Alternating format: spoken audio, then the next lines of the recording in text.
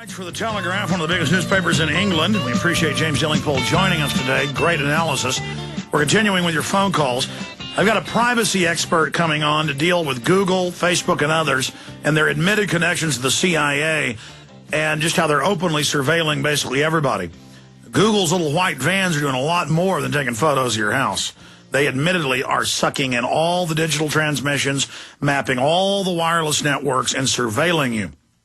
That is coming up. And, of course, Al Gore is on the board of these organizations. Al Gore's on the board of Apple.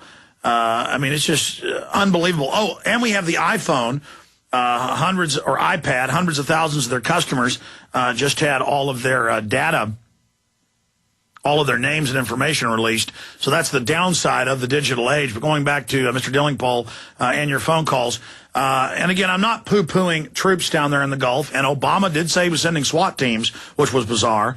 It's just that I made phone calls, and the people said there are no troops here in the towns where they were supposedly all over the place. Now, I've got a CBS News here. Troops invade Chicago for training. Downed planes, rail car crash, and simulated terror attack simulations. Now that's real, but I digress. Jack in California, you're on the air with Mr. Delingpole. Go ahead. Hey, Jack, how you doing, buddy? You want to talk on air? Okay, he doesn't want to talk on air. Truth Patriot.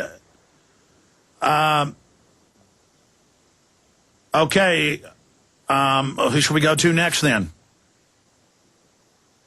Kathy in Texas, you're on the air. Yes, hi. I've got a question for Mr. Delingpole. I have heard the CEO of BP state publicly on television that BP will be 100% responsible for the cleanup in the Gulf. So if this is the case, then why are we hearing that Obama wants to put a tax on us for cleanup in the Gulf if BP is 100% responsible?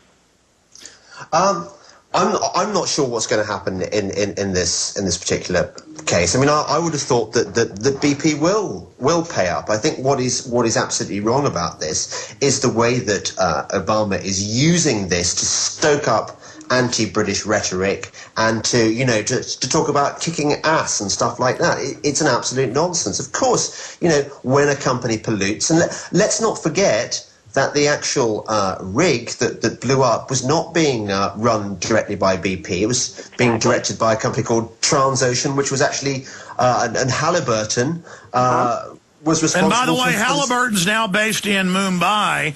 All these companies are destroying the sovereignty of England, the U.S., and they're just dividing and conquering us, blaming it on Brits, when Brits have nothing to do with this, just like Americans have nothing to do with it. The Americans have nothing to do with the Federal Reserve, other than the fact we let this private group sit on top of us and abuse us. It's an asinine diversion. It's like MSNBC with their talking point that if you don't want government-run health care, you hate black people. It is a distraction and a divide and conquer tactic. So now it's the redcoats' fault that we've got an oil spill, and now you're a racist if you don't want government running your health care.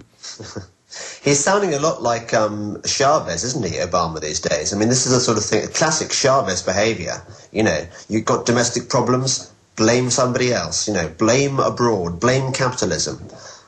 Well, we do it, too. They're now saying that Osama bin Laden's in Iran, James, so we have to attack.